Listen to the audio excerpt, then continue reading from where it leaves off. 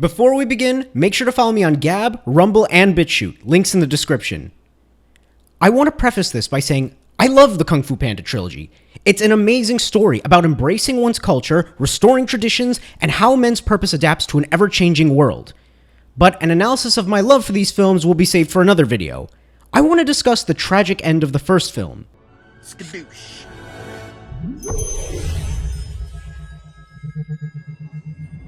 I say this was a tragic end because the villain won. And that villain is Master Shifu, a man who showed weakness to a son he taught to respect strength and conviction. Roll it from the top! Shifu found him as a cub, and he raised him as a son. And when the boy showed talent in Kung Fu, Shifu trained him. Tai Lung's story started with abandonment. Like I explained in my Maui video, a child who is rejected will do almost anything to prove their worth, because to be abandoned as a child means death in nature. He believed in him. He told him he was destined for greatness. It was never enough for Tai Lung. He wanted the Dragon Scroll. His obsession didn't sprout from the ether. Shifu stood beside him and encouraged him throughout his life. Tai Lung was abandoned. Of course he would cling to the dream of the father who saved him. He wants to feel worthy of his love. I don't know if this was something Shifu or the other members of the Jade Palace told her, or just revisionist history the Tigress tells herself to cope with her own rejection. Whichever it is, it erases Shifu's culpability.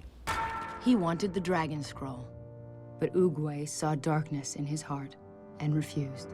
Question: wasn't Oogway there throughout his upbringing? Why did he never intercede as Shifu cultivated this power lust in Tai Lung?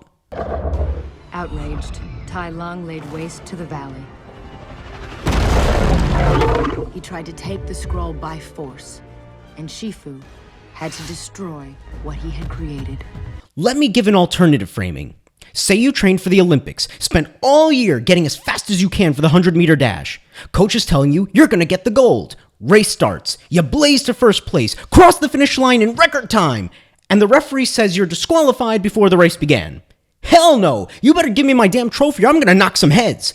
To make it worse, Coach says, Obeying your master is not weakness. You were not meant to be the Dragon Warrior. That was not my fault. obeying the ref is not weakness. You are not meant to win the race. Wouldn't you feel betrayed?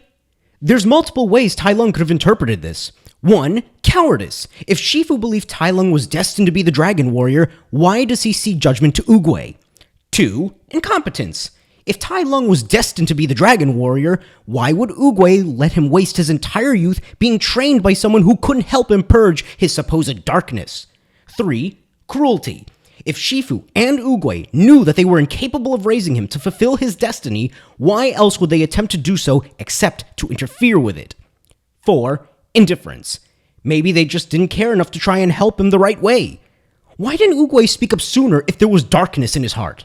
After all that's transpired, there is no reason they can give that wouldn't annihilate their credibility. You were not destined is just passing the buck. So how can they get mad when he lays waste to the valley? He's not responsible. Maybe he's just destined to do it. Shifu loved Tai Lung like he had never loved anyone before.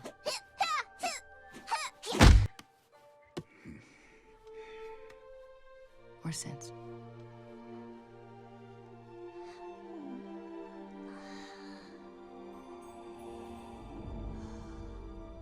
And now, he has a chance to make things right, to train the true Dragon Warrior. And he's stuck with you. Man, I'm surprised Shifu didn't love her like a daughter considering how much ass covering she's doing for him. How does training someone else make things right? His own principles cost his son 20 years of life. And now he's gonna punish his new students with coldness born of his own failure. Tai Lung's obsession with destiny warranted severe punishment. Shifu's obsession with destiny entitles him to be free to ruin another generation of students. And don't think I forgot about old age mushmouth Ninja Turtle. Yes. But no matter what you do, that seed will grow to be a peach tree. You may wish for an apple or an orange, but you will get a peach. You can't force people to be things they're not, Shifu. I mean, I should have said that before you messed up Tai Lung. But if I was a good teacher, then you would have been a good teacher, and there'd be no conflict for this film. I guess indifference was the correct interpretation after all. On to the main conflict. I have come home, Master. This is no longer your home, and I am no longer your master. Imagine telling an abandoned orphan what equates to "you're no son of mine." No commentary here, just damn. So where is this Po? Did I scare him off? This battle is between you and me. So, that is how it's going to be. That is how it must be. Okay, the last time you stated what must be between you and him, it ended up involving a third party, whose authority you buckled to instantly. Of course Tai Lung attacked him. Their first exchange in decades starts with another lie. It was never my decision to make.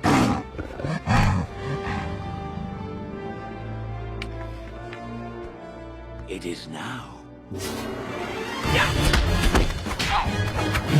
Test failed. If Oogway was interfering the whole time, why deny him the scroll now? Give me the scroll. I would rather die. I would rather die than admit I failed you, than honor my promise to you, or make any kind of restitution. If it's better to die than say sorry, what's so bad about Tai Lung? What I ever did, I did to make you proud. Tell me how proud you are, Shifu. Tell me. Tell me. This is just a torture game now. He wants to break Shifu and make him despair. You'll suffer like I suffered, and there's not a single lie you can tell to save yourself. Get it now, old man? I have always been proud of you. From the first moment, I've been proud of you. And it was my pride that blinded me. Whoa, the first inklings of personal responsibility! Amazing how it only appears once you have no choice. I loved you too much to see what you were becoming. What I was turning you into. Okay, let me translate. You see, the problem with you bratty kids is I was too good a parent. I loved you too much to be tough on you like you needed. Your idea of an apology is to tell your son that he deserved less love than you gave him? Oh my god, if gaslighting was an Olympic sport, some parents could have a Scrooge McDuck swimming pool with all the gold they'd bring home.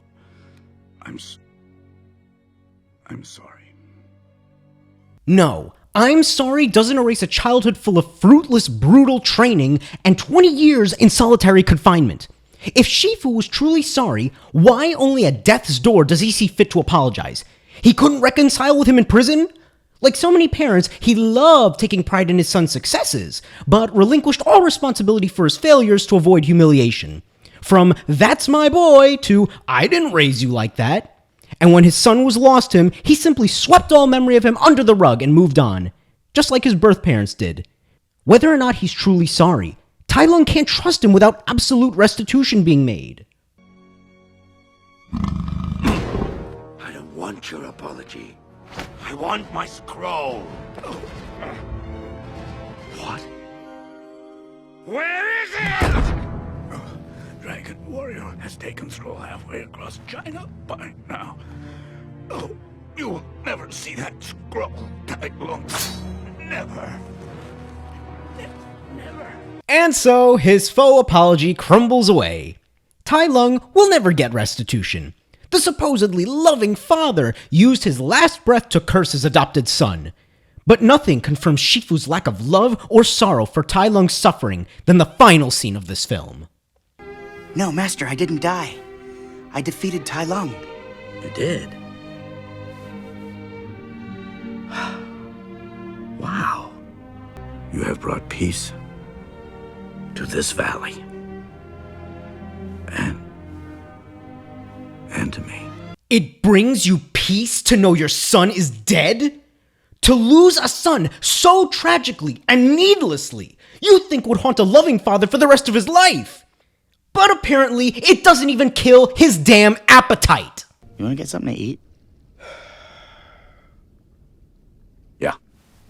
With both Oogway and Tai Lung dead, no one is left to hold him accountable. He got away with it. To be clear, none of this is meant to excuse anything Tai Lung did. In fact, his death is simply an unlucky outcome of clinging to the hypocrisy of his master. Tai Lung wanted to blame others while relinquishing responsibility for himself, just like the masters who preceded him. Honestly, this film is a great argument against the Eastern concept of filial piety, where you must give the quote proper love, respect, and obedience to your parents and elders. Funny, I can't find any such cultural tenets for parents to their children.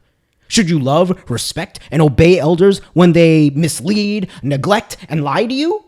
What does respect for children look like? Are they owed any? Even an apology?